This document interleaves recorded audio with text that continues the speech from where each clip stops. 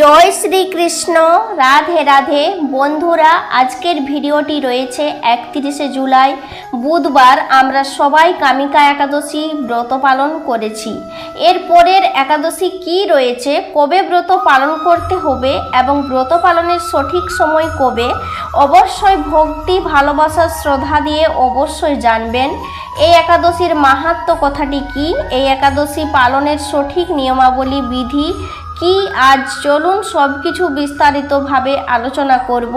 অবশ্যই বন্ধুরা ভিডিওটি মনোযোগ দিয়ে শ্রবণ করুন। এই একাদশীর নাম কি, এই একাদশীর সঠিক সময় কবে, অবশ্যই বন্ধুরা এই ভিডিওটি থেকে অনেক কিছু জানতে পারবেন।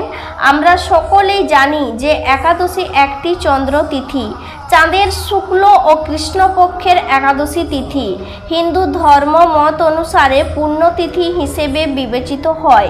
একাদশীতে বিভিন্ন ফলমূল শাকসবজি ও দুধ খাওয়া যায়, তবে একাদশীতে বিশেষ কিছু জিনিস বর্জনীয়, তাই ভিডিওটি সম্পূর্ণ শ্রবণ করলে বুঝতে পারবেন। এবার আমরা যে একাদশী ব্রত পালন করব সেই একাদশীর নাম হচ্ছে পবিত্র রোপণী একাদশী। এই একাদশী ব্রত পালন করতে হবে 16ই আগস্ট শুক্রবার এবং পালনের দিন হচ্ছে 17ই আগস্ট শনিবার। তবে অবশ্যই বন্ধুরা জানবেন এই একাদশীর মাহাত্ম্য কথা, এই একাদশীর ব্রত পালন কিভাবে করবেন, পুজো আচার বিধি সমস্ত কিছু এই ভিডিওতে ব্যক্ত করব। তবে অবশ্যই আপনারা মনোযোগভাবে শ্রবণ করবেন। এই একাদশীর ব্রত পালনে কি লাভ হয় এবং কিভাবে শ্রীকৃষ্ণের আশীর্বাদ পাওয়া যাবে। শ্রাবণ মাসের শুক্লপক্ষের একাদশী হলো পবিত্র রোপণী একাদশী। পবিত্র রোপণী একাদশী ব্রত মাহাত্ম্য শোনা মাত্র বাজপেয় যজ্ঞের ফল লাভ হয়। যে সকল কৃষ্ণ ভক্তরা এই পবিত্র রোপণী একাদশী ব্রত পালন করে, তারা যদি এই পবিত্র রোপণী একাদশীর ব্রত কথাটি শ্রবণ করেন, তাদের বাজপেয় যজ্ঞের বিশেষ ফল লাভ প্রাপ্তি হয়। এই পবিত্র রোপণী একাদশী পালন করলে সমস্ত পাপ থেকে মুক্ত হওয়া যায় এবং গ্রহ দোষ ও পুত্র সুখ লাভ করে অবশেষে দিব্যধামে প্রাপ্ত করা যায়। যে সকল ব্যক্তির সন্তান লাভ হয় না, তারা যদি এই দিন অর্থাৎ 16ই আগস্ট শুক্রবার পবিত্র রোপণী একাদশীটি ভক্তি ভালোবাসা শ্রদ্ধা এবং একনিষ্ঠা মনে ব্রতটি পালন করেন, তাদের অবশ্যই পুত্র প্রাপ্তি হয়। শাস্ত্র অনুসারে প্রতি মাসে দুটি একাদশী পালন করা হয়, একটি কৃষ্ণপক্ষে ও অন্যটি শুক্লপক্ষে। বলা হয় একাদশী হলো আমাদের 10 ইন্দ্রিয় এবং মনের সকল কার্যকলাপকে জাগতিক দিক থেকে ঈশ্বরের দিকে রূপান্তরিত করা, এটাই আসল একাদশী। আমরা যে সকল কৃষ্ণ ভক্তরা এই একাদশী ব্রত পালন করব, কাম ক্রোধ লোভ লালসা ইত্যাদি আমাদের মনের মাঝে প্রবেশ করতে দেওয়া উচিত নয়। অবশ্যই এই একাদশী পালনে এই 4টি জিনিস ত্যাগ করা উচিত। একাদশী হলো সাধনা ও তপস্যা, যেটি প্রতি মাসে 2 বার করে পালন করা হয়। ধর্মশাস্ত্র থেকে জানা যায় যে একাদশী তিথি ভগবান বিষ্ণুর কাছে অতি প্রিয়। ধর্মীয় বিশ্বাস অনুযায়ী এই তিথিতে উপবাস পালনের মহিমা স্বয়ং শ্রীকৃষ্ণ যুধিষ্ঠিরকে বলেছিলেন। যে সকল কৃষ্ণ ভক্তরা একাদশী পালন করে, তারা শুধুমাত্র নিজের জীবনের সদ্গতি হয় না তা কিন্তু নয়, একাদশী পালন করলে ব্যক্তির নিজের পিতামাতা যদি নিজ কর্মদোষে নরকবাসী হয়, তবে সেই পুত্র একাদশী ব্রত পালন করে তার পিতামাতাকে নরক থেকে উদ্ধার করতে পারে। যে সকল কৃষ্ণ ভক্তরা তা এই একাদশীর দিন দানাশস্য গ্রহণ করে, সে তার নিজের পিতামাতা ভাই এবং গুরু হত্যাকারী এবং সে যদি বৈকুণ্ঠ ধামে গতি হয়, তবে তার অধঃপতন হয়। অবশ্যই বন্ধুরা এই পবিত্র রোপণী একাদশীর দিন অন্ন গ্রহণ করবেন না এবং একাদশী পালনের দিনে ভজন কীর্তন করবেন। এই পবিত্র রোপণী একাদশীর ব্রত যিনি পাঠ বা শ্রবণ করেন, তিনি বাজপেয় যজ্ঞের ফল লাভ করে এবং তার বৈকুণ্ঠ ধামে গতি হয়। এবং যাদের পুত্র সন্তান হয়নি, তারা যদি এই পবিত্র রোপণী একাদশী ব্রতটি ভক্তি শ্রদ্ধা দিয়ে পালন করেন এবং এই ব্রত মাহাত্ম্য কথা যদি পাঠ বা শ্রবণ করে, তারা অবশ্যই সুসন্তান তেজস্বী পুত্র লাভ অবশ্যই করে শ্রীকৃষ্ণের কৃপায়।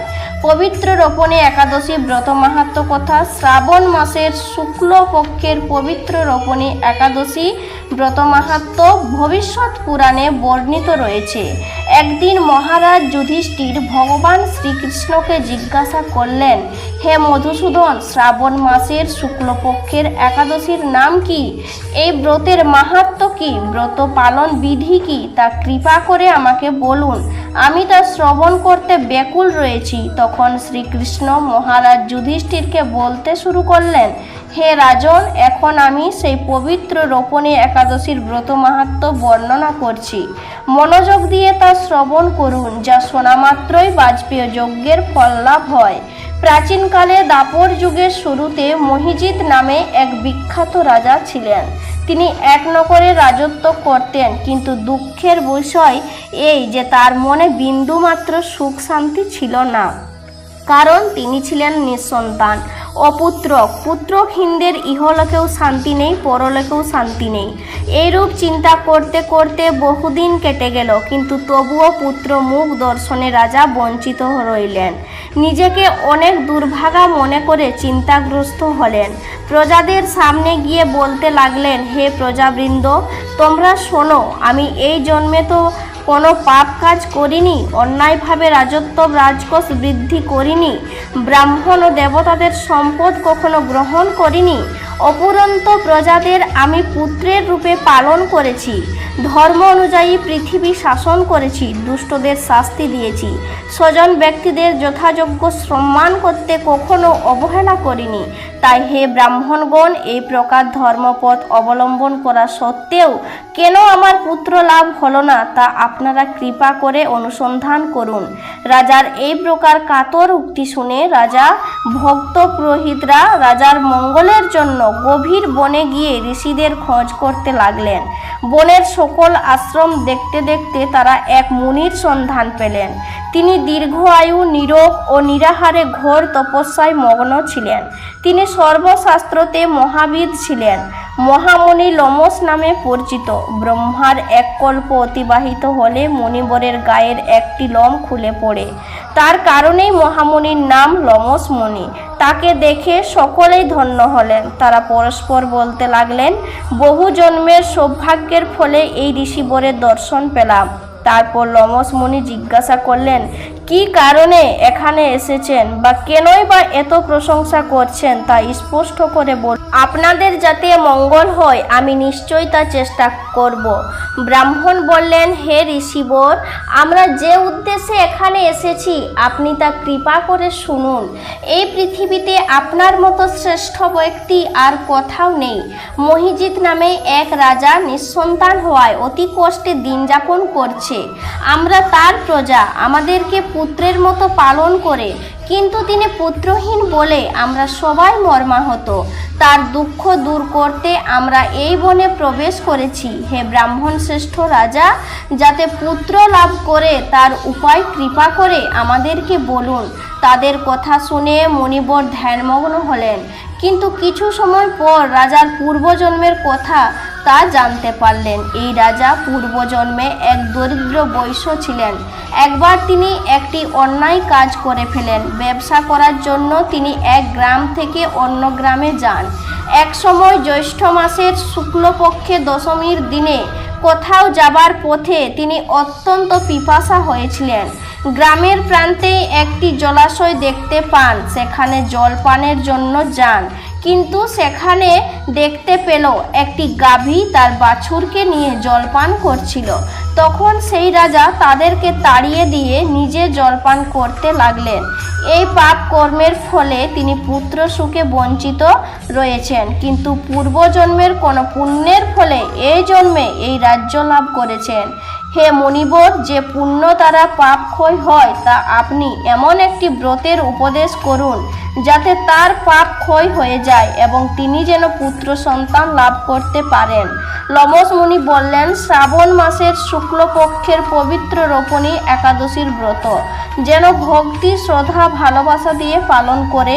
লোমশ মুনির উপদেশ শুনে আনন্দ চিত্তে গৃহে গিয়ে তারা রাজাকে সকল কথা জানালেন। তারপর সকলে মিলে এই পবিত্র রোপণী একাদশী ব্রত পালন করলেন।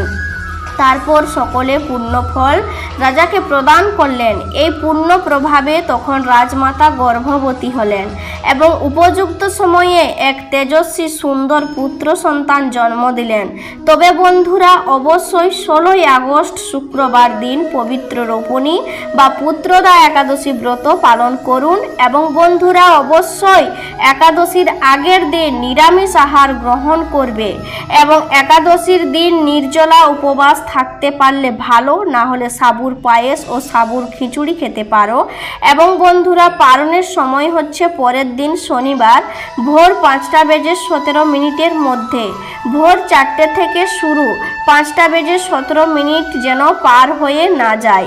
আশা করি দর্শক বন্ধুরা ভিডিওটি ভালো লেগেছে। ভালো লাগলে লাইক, কমেন্ট, শেয়ার ও সাবস্ক্রাইব করে পাশে থাকুন। ভিডিওটি এখানেই শেষ করছি। সবাই ভালো থাকুন, সুস্থ থাকুন আর অবশ্যই 16ই আগস্ট শুক্রবার পবিত্র রোপণী একাদশী বা পুত্রদা একাদশী পালন করুন।